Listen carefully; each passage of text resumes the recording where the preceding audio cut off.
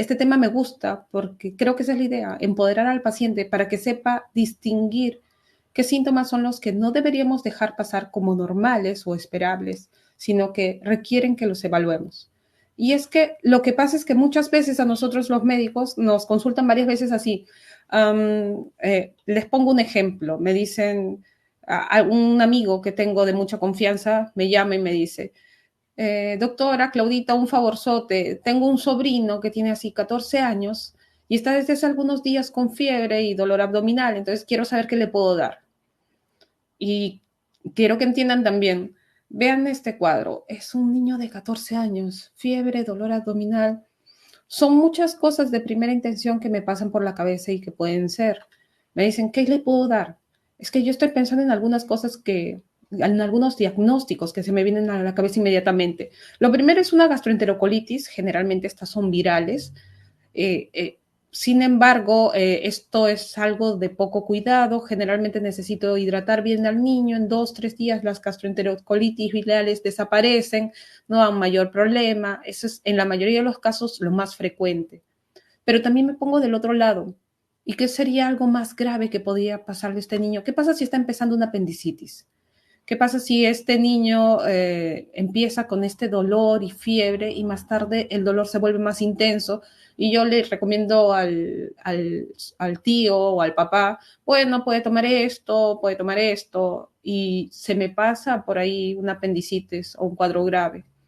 O incluso una de las alternativas que también se me vienen inmediatamente a la cabeza es, ¿no estará fingiendo este niño? Tal vez no hizo la tarea y no quiere ir al colegio, o tal vez tiene problemas en el colegio y está evitando ir o está fingiendo, o tal vez está transformando este estrés en un síntoma. Entonces, quiero que vean los diferentes diagnósticos que puedo obtener con esta información y que entiendan lo diferente que es el tratamiento en una gastroenterocolitis, en una apendicitis en un niño que tiene algún tipo de problema, por ejemplo, psicológico. El tratamiento y el abordaje es muy distinto. Entonces, con poca información, la lista de diagnósticos va a aumentar y por tanto la lista de tratamientos aumenta. Y si yo doy un tratamiento con esta poca información, probablemente puedo hasta causar daño. Es importante hacer una investigación un poco más profunda. Le preguntas, por ejemplo, el dolor no es intenso, tiene algo de náuseas, no hay diarrea, no come fuera de casa. ¿Por qué? Esto, yéndome a las dos causas, ¿no? Si fuera una apendicitis, típicamente el dolor se va haciendo, es intenso, y si no, se va haciendo progresivamente más intenso. No hay diarrea, no come fuera de casa. Esto como que me va alejando también la probabilidad de gastroenterocolitis. Entonces, mis primeros diagnósticos aparentemente no me están llevando a algo claro. Entonces, es distinto. Yo lo que digo es, ¿sabes qué? No quiero recetarte algo por WhatsApp, no quiero recetarte algo por una llamada de teléfono. Idealmente es tener una consulta médica. Eso es lo que hacemos. Incluso las teleconsultas nos ayudan. Es distinto plantear un niño con una poca información versus una información sentados, conversando en un consultorio con calma, dirigiéndose con el paciente. Me ayuda a hacer más preguntas, me ayuda a investigar un poco más. Por ejemplo, a él le pregunto si hay alguien más enfermo en casa, si hay alguna otra molestia importante. Y sobre todo, en la teleconsulta no puedo hacer un examen completo como en un consultorio, pero la teleconsulta tiene la ventaja que me da un tiempo para conversar bastante con el paciente y para verlo. Yo quiero ver al paciente de todas maneras, hacer algo de interacción con él. Y en este mismo caso, por ejemplo, me comenta que el hermano estuvo así hace una semana. Me comenta que tiene dolor del cuerpo intenso. Incluso me dice que cuando le presionan acá las pantorrillas, él salta de dolor el niño. Y cuando uno le evalúa, le pido que pase, por ejemplo, la cámara que me ayude, que quiero verlo completo para ver cómo luce, y lo que noto es que tiene varias picaduras en las piernas. Ya esto en el contexto de la teleconsulta. Ya a estas alturas, no sé si por ahí, si sigue el doctor Falvi por ahí, no sé si probablemente él también ha llegado el diagnóstico, y hemos visto bastantes casos de estos últimamente, y de hecho no tiene edad. Hay fiebre, dolor abdominal. paciente, en verdad, sospecho ya con con esta información de dengue.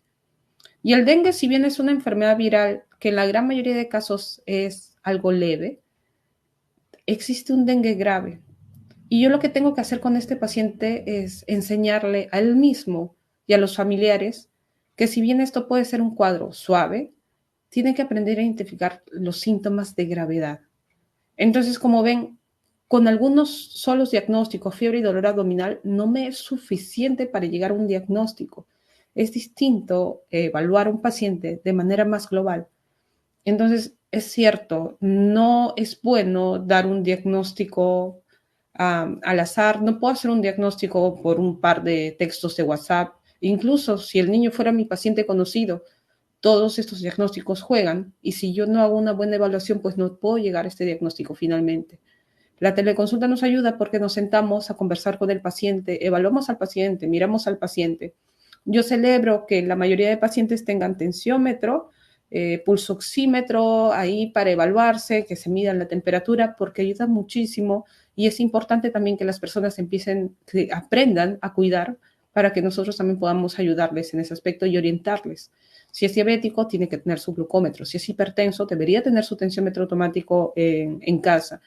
Pacientes respiratorios, de todas maneras, su pulso oxímetro. Si pueden tener todo eso, sería mejor incluso. Eso es, entonces, dar un vistazo para que entiendan que el tema de hacer diagnóstico no es sencillo. Se nos facilita muchísimo cuando tenemos información y nos sentamos a conversar con la persona, sea en el contexto en el que esté, sea un niño, sea un adulto mayor, sea una persona joven. Y entonces, ahora sí quiero pasar a este tema. ¿Por qué me interesa? Porque hay algunos síntomas que muchas veces llegan a consulta, estos pacientes, tienen algunos cuadros un poco más delicados y cuando vemos desde cuándo te está molestando, esto ya tiene un tiempo, tiene meses, y digo, ¿por qué no has buscado antes al médico? Porque piensan que es normal o pensaban que no iba a hacer un impacto o una repercusión importante en la vida. Normalizan síntomas o creen que con una pastilla va a mejorar. Entonces creo que es importante que todos conozcamos algunos de esos síntomas que me pueden avisar que hay algo más y que requiere una atención médica un poquito más minuciosa. Empecemos con lo clásico, que es el dolor de pecho. El dolor de pecho, o también llamado dolor torácico, es una causa frecuente de consulta. Sí, lo lógico es que yo pienso, dolor de pecho, esto no vaya a ser un infarto. Me da miedo que son un infarto. De hecho, hay un buen grupo de pacientes que llegan al hospital habiéndose infartado, pero cuando yo le hago una historia me dice, ¿y esto no te avisó? Bueno, he estado teniendo dolores antes. Desde hace 3, 4 meses ya tenía estos dolores de pecho, pero no eran tan intensos. Y como duraban 3 a 5 minutos y pasaban, no me llamaban la atención. Pero es precisamente, esta es la duración típica de la angina, 3 a 5 minutos. Significa que ya ahí hay un vaso sanguíneo que está enfermo y que me está avisando. Hay un grupo de pacientes que se infartan de repente, pero hay un grupo de pacientes en los cuales este infarto, como dice acá, de alguna manera ya les han estado avisando. Así que si hay dolor de pecho en el contexto, sobre todo cuando aparece, cuando hay estrés, sea físico, empecé a trotar, empecé a hacer algo de esfuerzo físico y me empezó a fastidiar el pecho, me paró al parar el esfuerzo físico. O también se desencadenan cuando hay algún tipo de estrés emocional. Estoy bien estresado y me empieza a fastidiar, a fastidiar. Eso me preocupa un poco y eso es algo que debería buscar de todas maneras atención. Es muy importante ver el dolor torácico en el contexto de los antecedentes. ¿Qué significa? Que si esta persona, por ejemplo, es fumadora, tiene hipertensión, tiene diabetes, tiene colesterol alto o peor aún, no tiene chequeos hace tiempo, me preocupa aún más. También es muy importante y muy relevante en estos casos la edad. Un estudio hecho en los Estados Unidos me sacó que la edad promedio del varón que se infarta es 65 años, la edad promedio de la mujer que se infarta es 72. Más o menos, la gran mayoría de pacientes que se infartan están alrededor de estas edades, varón 65, mujer 72, pero también hay que ver en las edades alrededor. Puede ser un poco antes, a los 60, un poco antes de los 60 en el varón, ya a partir de los 65 en la mujer aumenta también la frecuencia. Si tienes una persona de 30 años, aleja, no es imposible, pero aleja la probabilidad bastante de que se trate de un infarto.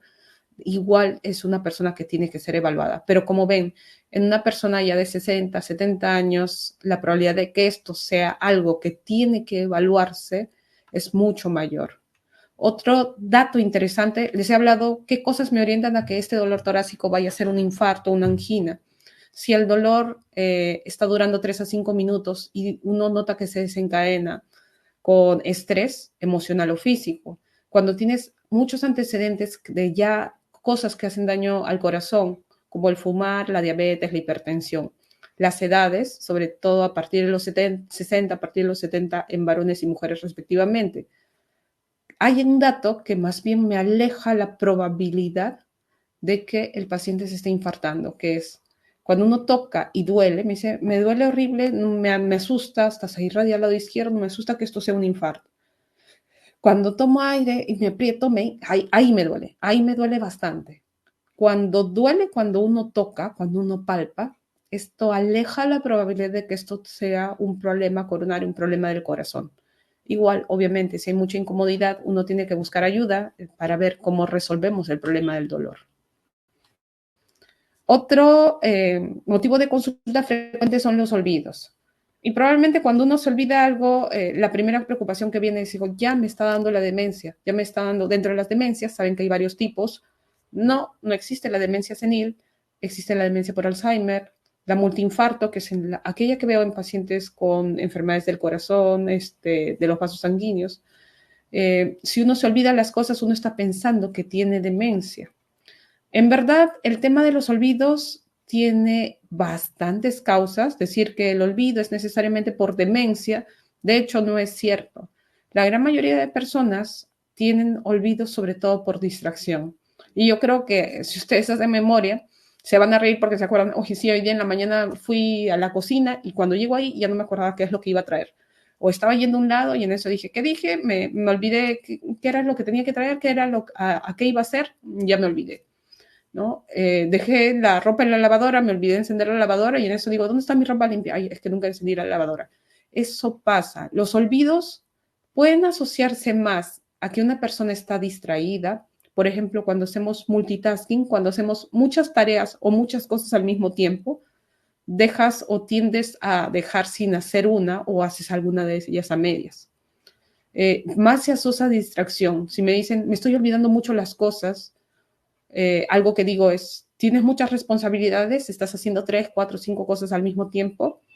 Sí, sí es eso. Probablemente esto se deba más a un problema de distracción que de olvidos asociados a demencia propiamente, que sí es lo que me preocupa. Me preocupa, por ejemplo, cuando viene una persona y me dicen, la traigo o viene porque se está olvidando mucho. ¿Y los olvidos en qué consisten? Por ejemplo, se olvida de dónde deja las cosas y hace esto que los americanos llaman el misplacing. ¿A qué se refiere? Ponen las cosas en el lugar en el que no es correcto. De repente abro la refrigeradora y ahí están los anteojos. De repente los zapatos están encima del sofá de la sala, no porque haya estado ahí viendo televisión, sino porque de repente aparecieron ahí. O cuando el paciente empieza a hacer actos que tienen poca lógica. Por ejemplo, estaba preparando su jugo y dejó la cuchara dentro de la licuadora, ¿no? Se da cuenta hasta que la enciende y empieza a hacer un montón de ruido. O porque está quemando a cada rato la comida porque olvida apagar constantemente el fuego, habiendo cocinado muy bien toda su vida. O va a comprar el pan como siempre y recibe mal el cambio o empiezan a haber errores ahí en el conteo del cambio. Esos olvidos, ese misplacing, estos actos ilógicos sí me preocupan un poco más porque se asocian más a demencia y tengo que tener cuidado y si el adulto mayor está sobre todo con estos síntomas, olvidarme de decir es que es normal porque es viejito, es la senilidad porque eso no existe. todos tenemos deterioro cognitivo, nuestro cerebro alcanza su punto máximo y va bajando poco a poco, pero este envejecimiento del cerebro debe ser un envejecimiento saludable. La demencia es una enfermedad porque este envejecimiento es muy, muy acelerado.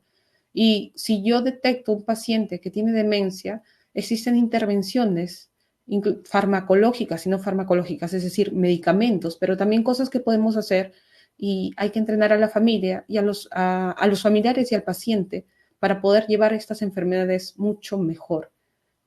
Obviamente es mejor para nosotros cuando detectamos esto temprano que cuando ya es avanzado y la capacidad de recuperación es un poquito más difícil.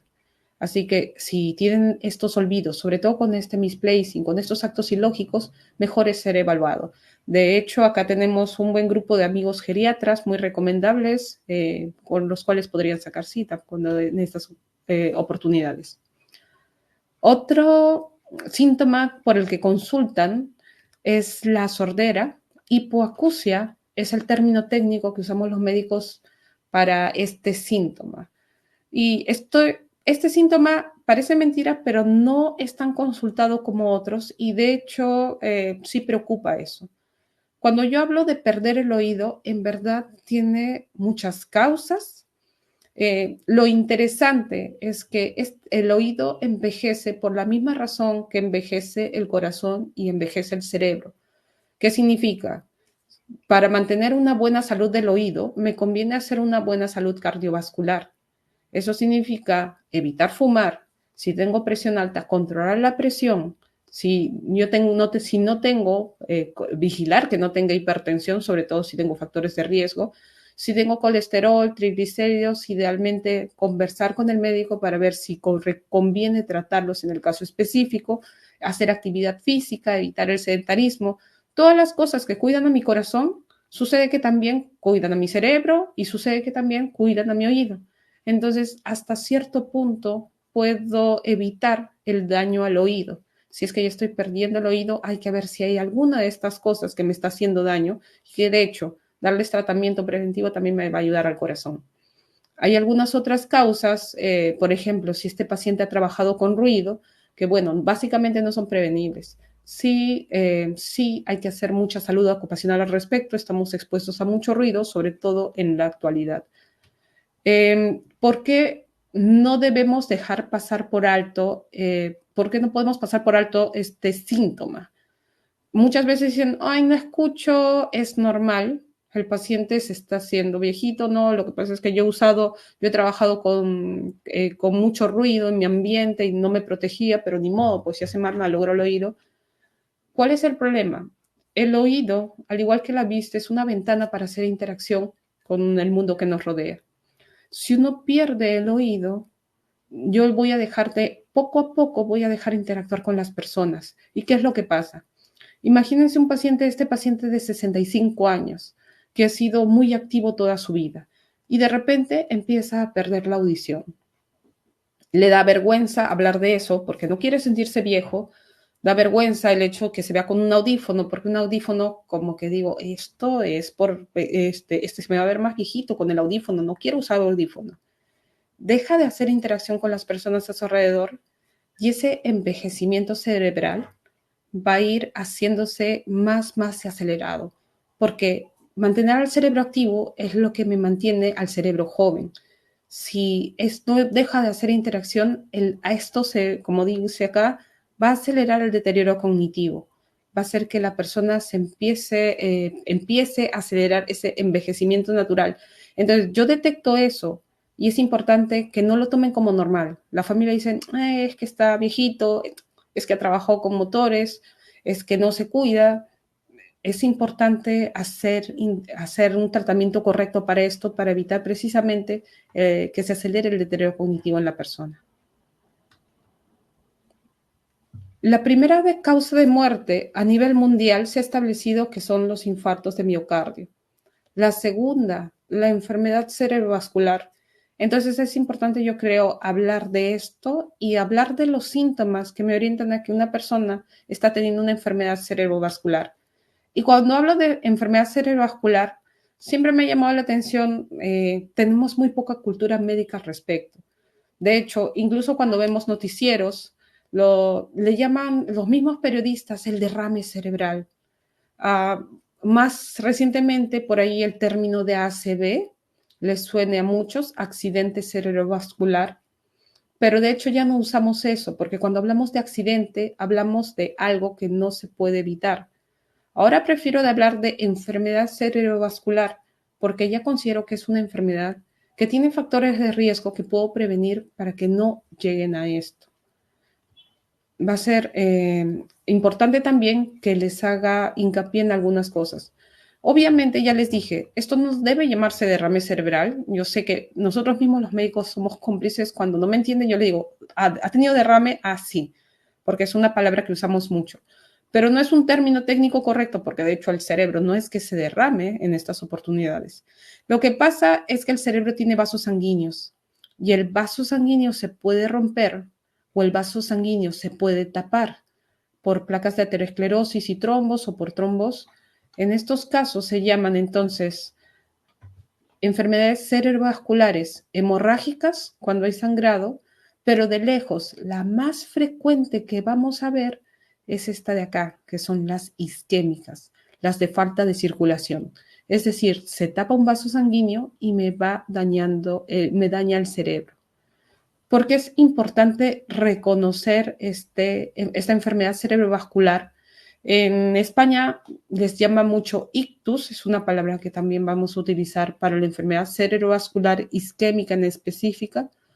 ¿Cuáles son los síntomas de esta enfermedad? Veamos, si esta persona empieza a tener, se le chorrea la cara, empieza a tener una parálisis facial, pierde fuerza en una mitad de la cara. Si pierde fuerza en uno de los brazos, pedimos que levante el brazo y un brazo se cae. O tiene problemas para hablar, se le traba de repente la palabra, no puede hablar. O no encuentra el nombre. No me acuerdo cómo se llama esto. No recuerdo el nombre de esto. Estos son síntomas. Cualquiera de esto es síntoma de una enfermedad cerebrovascular. ¿Y qué es lo que hay que hacer? Si uno tiene alguno de estos síntomas o vemos que una persona está sufriendo de la instalación brusca de algunos de estos síntomas, hay que llevarlo inmediatamente a urgencia. Esta es una enfermedad que debe ser atendida inmediatamente. De hecho, el tratamiento cambia drásticamente. Si yo veo un paciente a la media hora de empezar esto, a las 2 horas de empezar esto, a las 6 horas de empezar esto, a las 24 horas de empezar esto. Ojo, que hay pacientes que hacen un ictus que es transitorio. Es decir, me pasó como por 2 minutos, se me fue el habla y ya regresó. Igual esas personas con ictus transitorios tienen que ser evaluadas. Entonces, de hecho, en otros países hay campañas para que las personas sepan detectar esto rápidamente y llamen al 911 y vengan por la ambulancia para llevarse al paciente. Recuerden, solo es necesario un síntoma. Tenga una parálisis facial, tenga pérdida de fuerza en un brazo, tenga problemas al hablar, pueden orientar a que el paciente está teniendo un problema de estos y se debe evaluar rápidamente. Estos sí son emergencias que deben ser llevados rápidamente a un médico. Otro síntoma por el cual nos preguntan constantemente es el cansancio. Y acá, de hecho, hay una lista grande de razones por las cuales tiene alguien cansancio. La causa más frecuente, parece mentira, es algo que es relativamente sencillo, que es la falta de sueño. Y acá algunos datos interesantes, hay un montón de investigación con respecto al sueño. Cuando consultan los pacientes por cansancio, me dicen, ¿usted duerme 8 horas? No, pero yo duermo 4 horas y ya me acostumbré. Es interesante porque se ha visto que la falta de sueño, de hecho, reduce el performance, reduce la habilidad de realizar nuestro trabajo diario. Incluso a nosotros los médicos no nos dejan trabajar más tras una guardia, porque ya saben que aumenta el riesgo de error y eso hace que ponga en peligro otra vida.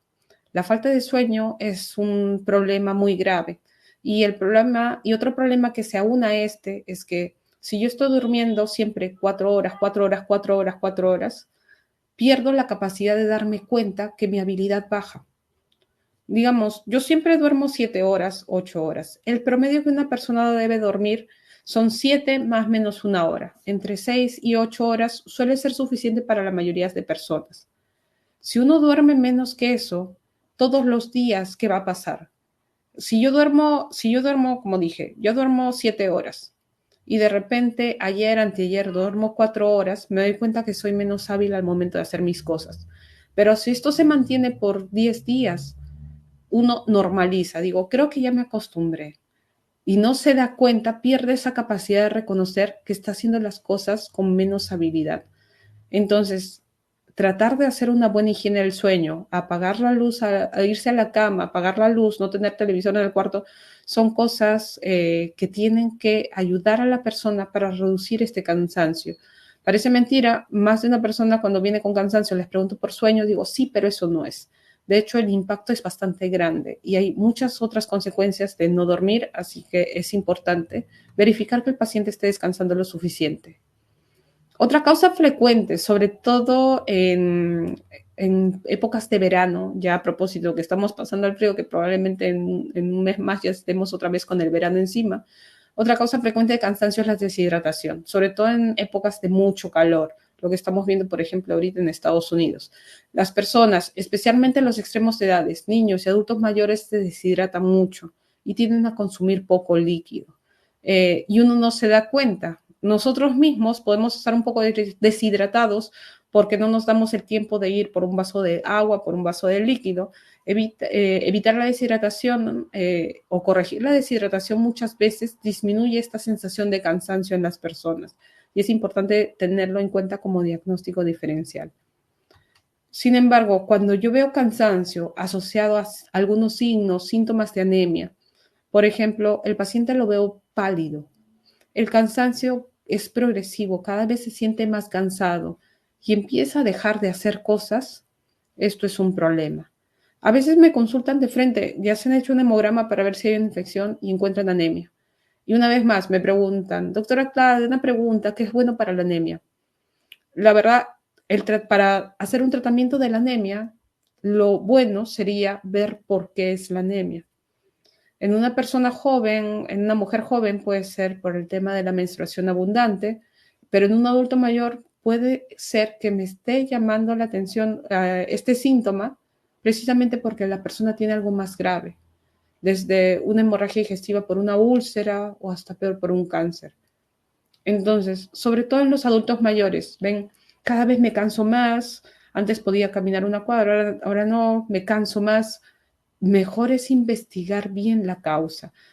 Decir que el cansancio es normal porque uno está envejeciendo, porque ya no está haciendo la misma actividad de antes, eso no es normal y exige investigación. Sobre todo si tengo síntomas de anemia o si encuentro anemia en la persona. No es solo tratar la anemia, sino investigar por qué está sucediendo este problema. El penúltimo síntoma del que les voy a hablar es el dolor de cabeza.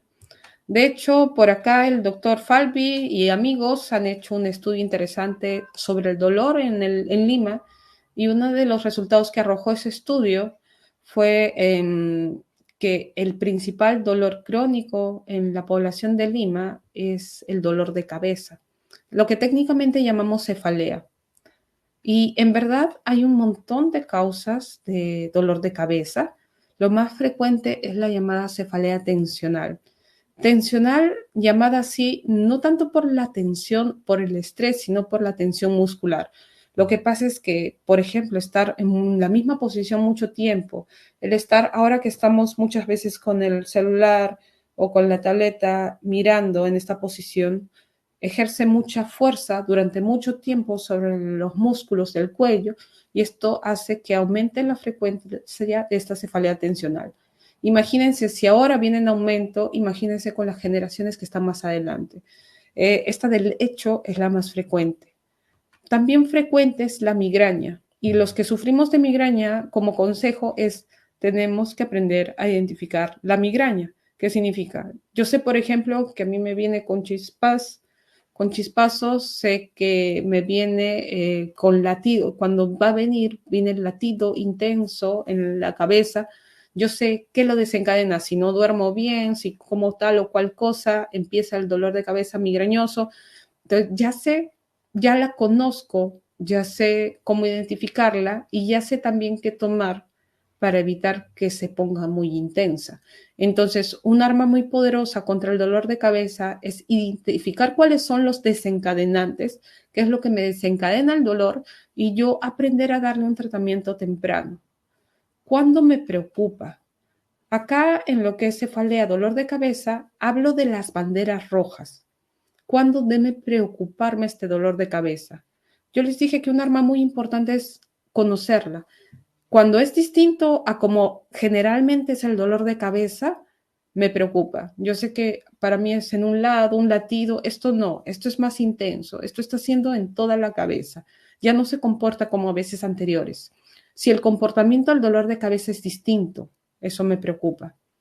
Si cada vez yo tengo un dolor de cabeza que yo sé qué tan intenso es, pero esto está haciéndose cada vez más intenso, incluso obligándome a usar más medicina, o está haciéndose más frecuente, ¿no? Yo sufro de migraña, ok, conozco que la migraña hasta náuseas me da, pero esto cada vez es más intenso, más intenso, más intenso. Antes me da una vez al mes, ahora está viniendo 2, 3 veces a la semana.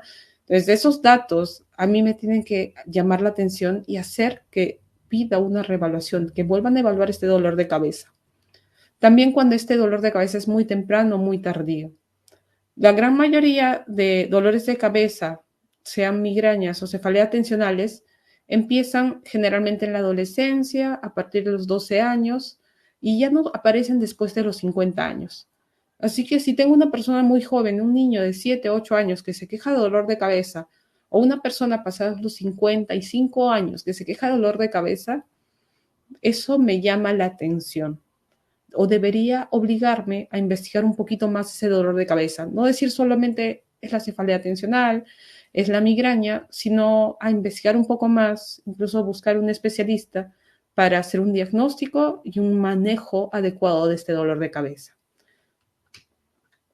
Finalmente, hablarles de este tema, porque también ha sido un poco más frecuente en los últimos años, el tema de la falta de aire. El término que nosotros utilizamos para la falta de aire es disnea o disnea. En verdad, cuando uno tiene falta de aire, digo, siento que me ahogo. ¿Cuándo? Cuando empiezo a hacer ejercicio, me dicen también los pacientes, antes yo podía nadar 3, 4 piscinas de corrido. Ahora no, me está faltando más el aire, me limitan las actividades físicas que hacía. Antes acompañaba a mi esposa a dar una caminata alrededor del parque, ahora no, dejó de hacerlo porque me cansa mucho. ¿Por qué? ¿A qué se refiere con cansancio? ¿Duelen las piernas? No, es que siento que me falta el aire y debo detenerme a respirar más profundo y no me gusta hacerlo, me avergüenza que me estén esperando y no quiere, entonces limita mucho sus actividades físicas. Esto pueden ser síntomas de enfermedades del pulmón o pueden ser síntomas de enfermedades del corazón. Si no hay que atribuirlo automáticamente a que está envejeciendo, es cierto que uno pierde la capacidad física, pero cuando uno se da cuenta que esta falta de aire limita mucho la actividad que siempre estaba haciendo, es mejor que sean evaluados. No hay una pastilla para eso, no hay una vitamina para eso, hay que evaluar qué es lo que está pasando detrás de esta sensación de falta de aire. Así que es la misma investigación para una persona de 30, para una persona de 15 que puede tener asma o para una persona de 70, 80, no. Y un antecedente que se comporta especialmente relevante para nosotros es el tema del COVID.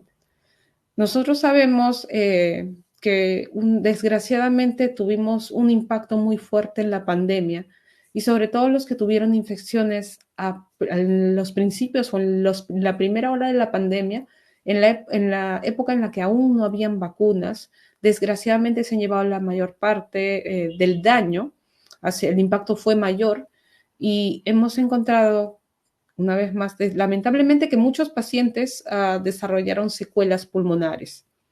A veces no reciben un buen seguimiento. Sé que ya estamos volviendo prácticamente a la normalidad, que ya prácticamente no se usan las mascarillas, pero cada cierto tiempo vienen a consulta estos pacientes que habiendo tenido COVID no hicieron un seguimiento adecuado y que tienen un daño pulmonar. Idealmente, esto me gustaría verlo temprano para tratar de ayudarles. La parte del pulmón que ha quedado sana, podemos rehabilitarla, hacer que tenga una mejor calidad de vida. De estos pacientes a veces vienen y me dicen desde hace 3 meses, 4 meses, 5 o 6 meses ya han estado mal, lo atribuyeron a que era normal después de haber tenido, porque les dijeron que eso era posible con el COVID, pero lo ideal es que busquen atención de manera temprana y no dejen pasar ni normalicen este síntoma de falta de aire, incluso si han tenido una infección pulmonar, sea COVID o sea alguna otra infección pulmonar, una neumonía, por ejemplo. Y para terminar, ya no hablarles de un síntoma, sino una recomendación. Hemos visto algunos de los síntomas frecuentes por los cuales nos hacen consulta, algunos de los cuales los difieren. Y como les dije, es importante o porque pueden ser síntomas que implican una enfermedad grave o porque son síntomas que me quitan mucha calidad de vida. Entonces, tenemos que aprender a identificarlos para tratar de evitar posponer una visita al médico o, peor aún, automedicarse, ir a la farmacia y tomar algo, porque estas son cosas que requieren un poco más de investigación. Una de las cosas que se puede practicar porque se considera uno de los mejores remedios para cualquier enfermedad, vamos a ver, ayuda a prevenir enfermedades cardíacas y enfermedad cerebrovascular, reduce la presión arterial, controla la glucosa en sangre, controla el peso, ayuda a prevenir la obesidad, ayuda a prevenir la pérdida ósea, aumenta la autoestima, la energía, mejora el sueño, alivia el estrés, mejora el estado de ánimo, aumenta la energía y la resistencia, reduce el cansancio, lo cual ayuda a aumentar el estado de alerta mental, que me ayuda a ser más efectivo durante mis actividades diarias, reduce el colesterol, disminuye el riesgo cardiovascular. ¿Saben qué medicamento, qué medicina, qué vitamina milagrosa es esta? El ejercicio. Existen diversos estudios que me dicen que hacer actividad física me ayuda a conseguir todos estos objetivos. No hay que hacer un montón de ejercicios, son por lo menos 150 minutos semanales repartidos durante la semana de actividad física moderada que me pueden ayudar a conseguir estos beneficios. Es más, desde pasar a no de tener mucho tiempo sentado a tener menos tiempo sentado y empieza a ayudar. Lo ideal es llegar a esos 150 minutos semanales. Si uno quiere perder peso, 300 minutos a la semana de actividad moderada es la sugerencia junto con hábitos saludables. La idea es promover también para nosotros en un envejecimiento saludable. No solamente quiero tratar enfermedades, sino tratar personas para que eviten tener esas enfermedades. Esto es todo lo que quería compartir con ustedes. Muchas gracias por su atención y bueno, quedo atenta por si hay alguna pregunta. Gracias, Claudia, por la presentación. He estado atento. Sí, has tocado bastantes tópicos, ¿no? Más bien siempre invito, ¿no? A aquellas personas que se han conectado tarde o que quizás por ahí alguna cosita no hayan podido captar bien, de que al final de, bueno, de la transmisión la charla queda colgada, así que pueden repetir, porque pues, varias cosas importantes, ¿no? Voy a tratar de hacer una pregunta. Yo sé que tú siempre respondes sincero, o sea, no hay que ponerte detector de mentira para decir esto, pero tú, en la primera que mencionaste es sobre la teleconsulta. Entonces yo te hago una pregunta sincera. ¿Crees tú que en este tiempo de COVID, ¿no? O sea, en tiempo de COVID en el cual hubo un distanciamiento, ¿no? Entre el médico y el paciente, ¿no? Para otras cosas que no sea COVID, ¿tú crees que ahora sí es mucho más factible hacer teleconsulta versus 2, 3 años atrás del inicio del COVID? ¿Tú antes veías posible que podías resolver cosas con teleconsulta versus ya después esta época y este tiempo de aprendizaje? Eh, si me hubieras dicho en la época pre-COVID, Sí, era una de las 2018, 2017. era una de las personas que decía, no, la teleconsulta, yo quiero tocar al paciente, ver al paciente y interaccionar con el paciente. La pandemia nos obligó a hacer estas teleconsultas bien hecha y bien llevada, y hay tips que nosotros hemos aprendido y nos hemos capacitado para hacer teleconsultas. Sí, ayudan a un montón de pacientes que por varios motivos no pueden estar cerca porque es difícil movilizarse, El tránsito en Lima, ustedes no tengo que decirlo, acá es terrible. Tener en provincia a veces especialista, lo he visto, es complicado. La experticia de una persona que viene viendo esto en hospitales, que viene trabajándose en esto, es distinto que un médico a veces que no está en Lima. No quiero hablar mal de otras personas, pero es distinto. Entiendo que una persona quiera buscar un especialista determinado, es más, está en todo su derecho. Siempre Ujú. le pregunto a los pacientes con qué se sienten más cómodos. Hay gente que sí puede manejar bien una teleconsulta y hay gente que no. Entonces también depende mucho de lo que quiere o los objetivos que quiere el mismo paciente, la misma persona. Sí, soy una convencida de que, y esto está visto en estudios, la gran mayoría de diagnósticos se llegan conversando con el paciente.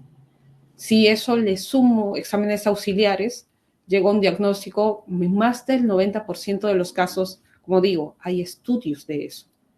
Entonces, sí, conversando, le pido algunos estudios por ahí, podemos llegar a un buen diagnóstico y como un buen diagnóstico, un buen tratamiento. Sí, es factible, ¿no? Pero tienen que comprender también que nos ha pasado más de una vez que le he dicho, esto tengo que verlo presencial, de todas maneras. También es importante para nosotros, como tú dijiste, ser sincero y decir, esto no debo manejarlo por teleconsulta, no porque no quiera, sino porque mi recomendación es que se acerque a un centro de salud.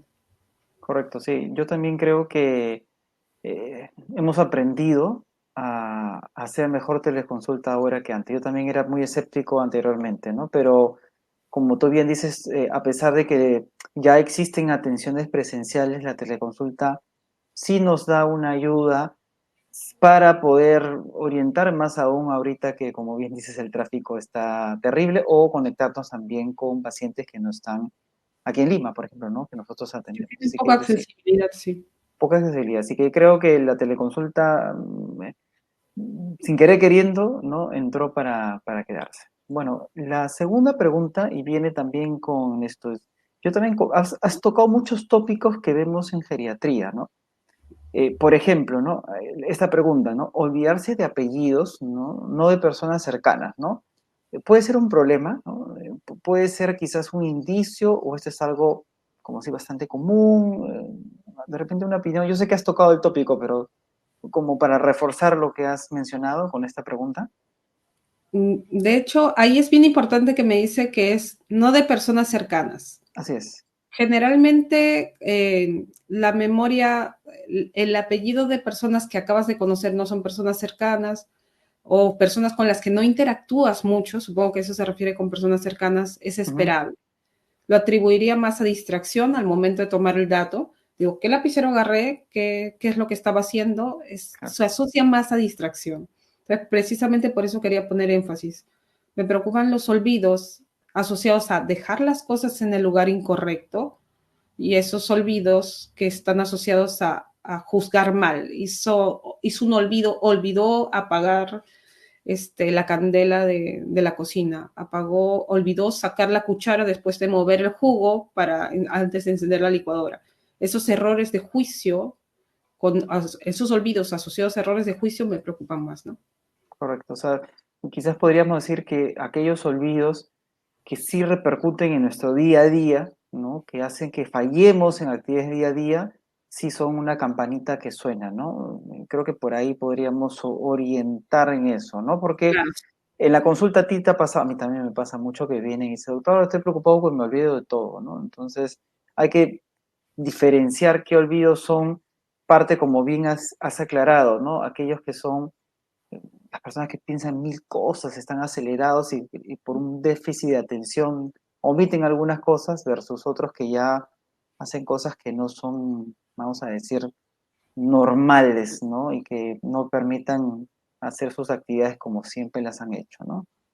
Entonces es una buena diferenciación. Voy a poner una pregunta un poquito larga, ¿no? Pero creo que va porque es sobre el tema de cefalea. Vamos a leerla poquito a poquito, ¿no? Doctora, a mí me duele todos los días la cabeza, ¿no? Se agudiza cuando hago fuerza. Éramos 5 hermanos, de los cuales 3 han tenido malformaciones congénitas. Por favor, ¿qué prueba podría realizarme para poder detectar si es que tengo algo físico? Es cierto que también los dolores de cabeza se pueden activar por los alimentos que ingerimos? Muchas gracias. Bueno, y disculpe por la pregunta tan larga. Correcto. Eh, sí, hay algunas malformaciones congénitas, por el dato importante que me está dando. Ujú. El hecho de haber tenido malformaciones congénitas me pone en riesgo de otras malformaciones. No me especifica cuáles, pero ya tener riesgo de malformaciones, hay algunas importantes que predisponen. Por ejemplo, si tengo problemas en el riñón, específicamente poliquistosis renal, se asocia, por ejemplo, a malformaciones arteriovenosas en el cerebro, o sea, problemas en los vasos sanguíneos del cerebro. Entonces, hay algunas asociaciones, no son causa-efecto, pero a veces cuando encuentro esto, encuentro esto. Ujú. Entonces, sí es importante que se haga un estudio. En primer lugar, generalmente empecemos con tomografía, pero yo no les recomendaría de primera mano un estudio, sino que se acerque a conversar un poquito más de los síntomas, porque me ayudaría a decidir si es una tomografía con contraste, sin contraste, una resonancia o una angiotomografía, dependiendo de cuál es el síntoma. No hay un estudio de imagen que sea mejor que otro. Yo no estoy diciendo la resonancia es mejor que la tomografía. Cada Ujú. estudio, yo pido un estudio porque yo, después de hablar con el paciente, digo, tiene esto y yo necesito ver esto y por eso elijo esta imagen. A veces hay un mal concepto de que, ¿cuál es el mejor estudio? ¿La reso, la tomo, la eco? Depende qué es lo que quiero ver. La ecografía me resulta muy útil en ciertas enfermedades, la resonancia en otras, la tomografía en otras, la radiografía en otras. Depende qué es lo que quiero ver. ¿Cómo sé qué es lo que quiero ver? Sentándome y hablando un buen rato con el paciente. Sí, algunos alimentos tienen el potencial de desencadenar el dolor de cabeza. De todas maneras, es importante que uno se conozca. Si uno nota, es conocido, por ejemplo, el vino tinto. Digo, Ujú. así tome un poquito de vino tinto o queso añejo, ya me desencadena el dolor de cabeza. Es importante que uno lo conozca, uno encuentra sus desencadenantes para poder evitarlos. Es bien importante empoderar al paciente si tiene estos dolores de cabeza crónico, que como tú bien sabes es el dolor más frecuente que vemos Sí. en nuestra población. Empoderar al paciente es importante. Yo, en tema con el dolor de cabeza, si es frecuente, por la frecuencia que está mencionando, sí, yo sugeriría una evaluación. Tenemos un amigo en común, un super neurólogo a uno, que es bueno también tiene con de consulta. Lo ideal sería una evaluación. Sí, está bien. Sí, yo también concuerdo contigo. Y como bien mencionaste en la charla, en ese estudio que he podido participar sobre dolor crónico, o sea, dolor persistente, en Lima Metropolitana los dolores de cabeza, las cefaleas son las más frecuentes, ¿no? Además que, claro, paramos estresados todo el tiempo, así que ¿por qué no? Pero en este caso particular, el antecedente importa mucho y, claro, antes de lanzarse a hacer una prueba, como bien dices, quizás una orientación. Puede ser que el antecedente sea importante, pero la causa de la cefalea sea otra, ¿no? Y para agregar nomás a lo que has dicho sobre la alimentación y el empoderar a las personas, ¿no? Si uno ya sabe que algo le cae mal, o sea, que exacerba o aparecen los síntomas, no lo haga, pues, ¿no? Lo digo porque, ¿no? Como dice el dicho, ¿no? Sarna con gusto no pica. Mucha gente tiene la cefalea, detecta, pero dice, no, pero a mí me gusta, ¿no? Tomar mi cafecito, ¿no? A mí me gusta tomar mi vinito, ¿no? Entonces, claro, para eliminar y cortar ese ciclo, uno tiene que conocerse y también ser muy sincero, ¿no? Bien, no sé si, bueno, ahí sí creo que solo para aprovechar y mencionar, es una pregunta muy común, no es lo que has mencionado en tu charla, pero ¿qué puede ser amanecer con la boca seca y durante el día amargor de boca? Solo traigo la pregunta, Clavita, porque muchas de las personas que hablan de esto directamente dicen, porque estoy mal del hígado, ¿no? No lo he Sí, puesto acá, pero es algo bien frecuente. ¿Realmente va por ahí o es otra cosa la causa, otras causas la causa de estos síntomas, ¿no? justo te iba a decir, por si acaso no es hígado. Lo que pasa es que este sabor amargo, incluso ¿cómo se llama esto? La personalidad amarga. Acuérdate que desde Hipócrates, desde el Sí, primer médico, se asoció esto, estar amargo, molesto, a ser higadito. ¿Sí hígadito, o sí. no? ¿Quién no es higadito? De hecho, la causa más frecuente, de hecho, es hipersecreción gástrica. Estamos haciendo esto de tener electricidad, nos ha vuelto, antes la gente previa electricidad Y a veces lo hemos visto en gente de provincia, en las zonas más alejadas. A las 7 ya están en su cama, duermen, se levantan con la luz, hacen un buen ciclo circadiano. Nosotros no. Nos mantenemos hasta tarde, comen bastante en la noche, hay mucho reflujo, el estómago se acostumbra a secretar ácido en la noche y terminan con ese sabor amargo. Se asocia más a gastritis, a hipersecreción nocturna que otra cosa. Mala higiene dental, hay varias causas que son más posibles que sea por el hígado. Si uno tiene amargor en la boca, igualito, me voy a sentar con él, le voy a preguntar, y tiene problemas de gastritis, hipersecreción, amanece con dolor, con qué se pasa ese amargor y uno va a identificar la causa. Generalmente es problemas de gastritis o asociados, puede ser problemas de reflujo, puede ser pero también pueden ser otras causas, entonces más que hígado, hay un montón de causas que yo por las cuales investigaría antes que básicamente el hígado. Muy bien, sí, es un mito bien fuerte, ¿no? Y se remonta, como bien dices, Hasta Hipócrates. cosas exactamente, tiempos ahí, ¿no? Y se van jalando ahí. Hay algunas preguntas que son muy similares, nos queda poco para la transmisión. Quizás para recalcar sobre el tema del sueño, ¿no? Y un poco enmarcarlos. Claro, acá mencionan, buenas noches, yo duermo 5 horas diarias y hago siesta 2 horas en la tarde. Quizás la pregunta sería, ¿es tener este fraccionamiento del sueño, es algo bueno, se compensa? No sé qué opinión tienes, Javita, al respecto. Es una muy buena pregunta y Ujú. de hecho yo aprendí un montón con algunas charlas que tuve del sueño, no me di cuenta que era un tema tan complejo Sí. hasta que uno se pone a leer. La medicina es tan interesante, te pones a leer de algo y te das cuenta de todo lo que no sabías. Ujú. Uno, el sueño que necesita cada persona, el sueño que necesita el doctor Falvi, el sueño que necesito yo, cada persona necesita un sueño distinto para recuperar sus fuerzas. Hay gente que necesita 10, 12 horas de sueño, es raro, y hay un subgrupo muy pequeño de la población que está bien, funciona bien con 4 o 5 horas. Pero es un grupo tan pequeño de la población que no se recomienda hacerlo. Lo que sí se ha visto, como dije, es que si yo empiezo a dormir 4 horas, 4 horas, 4 horas, me acostumbro y lo tomo como normal. Yo así funciono. Y se ha visto que cuando haces pruebas te das cuenta de que no es tan sano como parece. No conseguir estas horas de sueño REM, sabes que el corazón tiene que descansar, que hay salud cardiovascular cuando uno duerme esas 7, 8, 9 horas que se recomiendan. Así que fraccionar si bien cada uno se acostumbra y cada uno tiene su ritmo, de primera intención yo diría que ese ritmo de sueño que está mencionando la persona no es saludable. Ujú. Lo ideal es dormir, como dije, 8 más menos 1. Hay gente que con 7, hay gente que con 9. Una forma de darte cuenta que estás durmiendo lo suficiente es que amaneces descansado, te despiertas con relativa facilidad. Si te está costando trabajo despertarte, esa es una primera señal de que no estás durmiendo suficiente.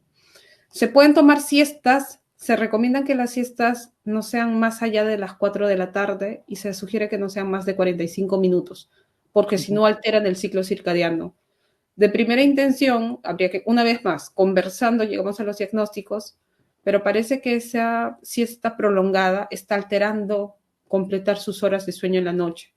Si esto lleva mucho tiempo, virar un poquito los hábitos, irle quitando horas a la siesta y aumentando las horas de sueño podría hacer el cambio, ¿no? Clarita, para terminar y como dice, empoderar también a las personas que nos están escuchando en la charla, algunos conceptos que has mencionado, por ejemplo, ¿cómo explicarías de forma muy sencilla la palabra que has mencionado, ritmo circadiano, ¿no? ¿Cómo se podría entender para alguien que no está acostumbrado al término de medicina, ¿no? Mi cuerpo está acostumbrado a funcionar y a descansar. Eso es lo sano. Si funciono mucho tiempo y no descanso, voy a malograr mi máquina, esta máquina perfecta que es el cuerpo. Entonces, para eso tengo que guardar horarios. Si no respeto los horarios en el que el cuerpo descansa y en el que el cuerpo está activo, incluso si me duermo a la mitad del cuerpo activo o descanso menos, va a alterar esta máquina.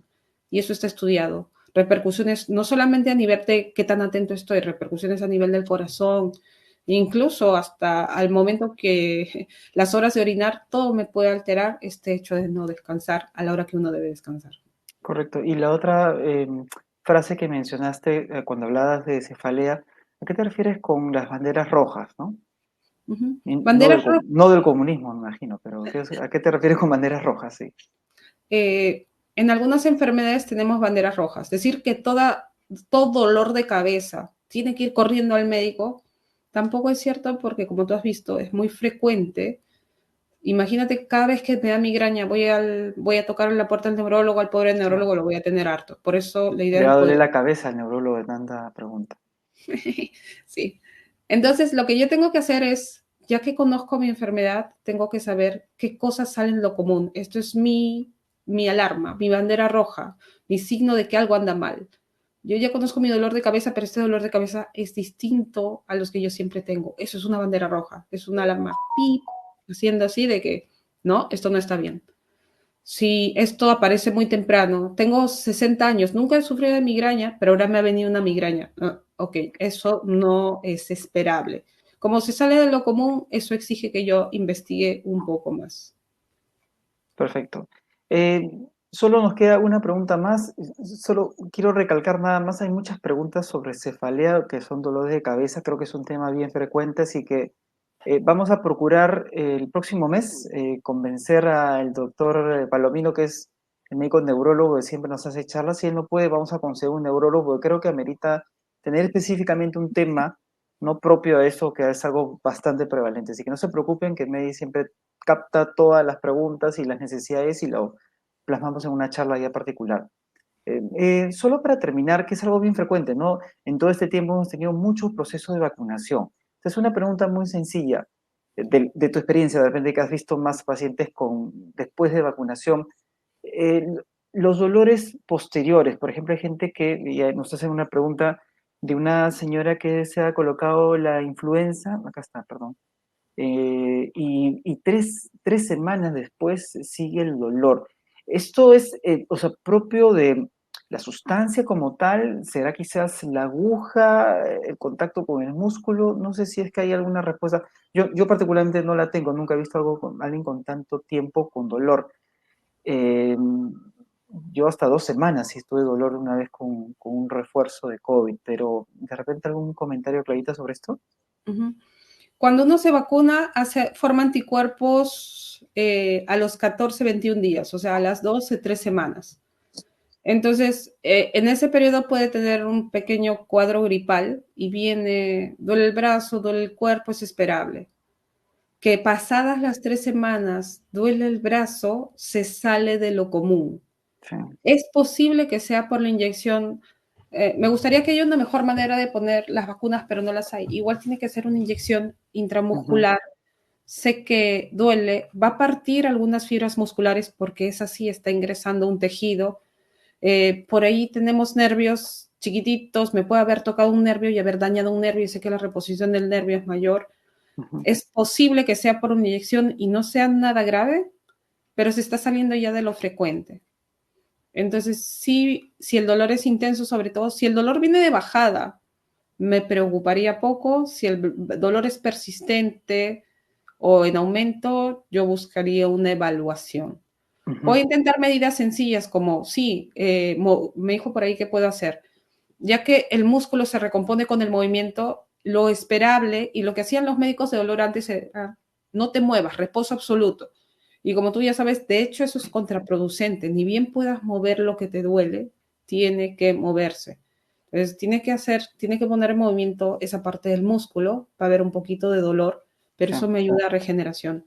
Poner hielo local, que es un buen antiinflamatorio, también ayuda. Si esas medidas no ayudan, de todas maneras, o si están ayudando poco, mantenerlas, pero pedir una evaluación. Sí, no, sin duda es una pregunta difícil de contestar, ¿no? Porque como bien dices, se pasan los tiempos. Pero igual debemos dar una orientación, que es lo importante. Nuevamente no hay tiempo. Yo usualmente trato de hacer las charlas más concretas, pero creo que los distintos tópicos que has mencionado ha dado para conversar más. Ha sido muy interesante, Clarita, como siempre. Eh, yo no lo digo por tirar flores ni nada, ni la franela, pero yo también aprendo mucho al momento de tus charlas, pues siempre los haces de forma muy sintética. Más bien, aquellas personas que se han conectado tarde, siempre les recomiendo que revisen la charlita. Si les gustó, como decía, denle un like y compártanlas con su contacto, porque siempre ayuda a difundir, ¿no?, la información y que cada vez, como la palabra que me gusta que siempre mencionas, ¿no?, empoderar, ¿no?, a empoderarnos nosotros como pacientes, porque mientras mejor información tengamos, es mejor también para tomar decisiones y también estar tranquilo que el camino, la meta, el plan que se está tomando de cuidados al final sea el mejor. Así que, bueno, saludos hasta de Cajamarca nos están enviando. Así que muy bien, que me mande un quesito por ahí. Clarita, gracias, buenas noches a todos. No sé si algo más quisieras decir para el cierre de esta transmisión. Sí, muchos de los síntomas que vemos, ¿por qué la intención de esta charla? A veces reniego con los pacientes, no es justo tampoco para ellos, digo, ¿por qué recién después de 3 meses, 6 meses nos buscas? La intención es que ustedes detecten las cosas que están mal y si creen que necesitan una atención médica, no la demoren, ¿no? Nosotros, las personas, los médicos, nosotros que tenemos vocación, tenemos ganas, todas las ganas de ayudar a las personas, pero si la enfermedad está muy avanzada, básicamente voy a hacer un soporte y la ayuda que puedo ofrecer es menor. No descuiden su salud y bueno, espero que la orientación les haya servido. No, sin duda. Creo que el mensaje final que mencionas es tratar de incorporar la prevención dentro de nuestro día a día. Bueno, muchas gracias. Gracias a ustedes también por estar aquí. Ya será hasta una próxima, que es el próximo miércoles. Y no se preocupe que estaremos en condiciones, de todas maneras, en septiembre a hablar sobre cefaleas. Así que gracias y buenas noches.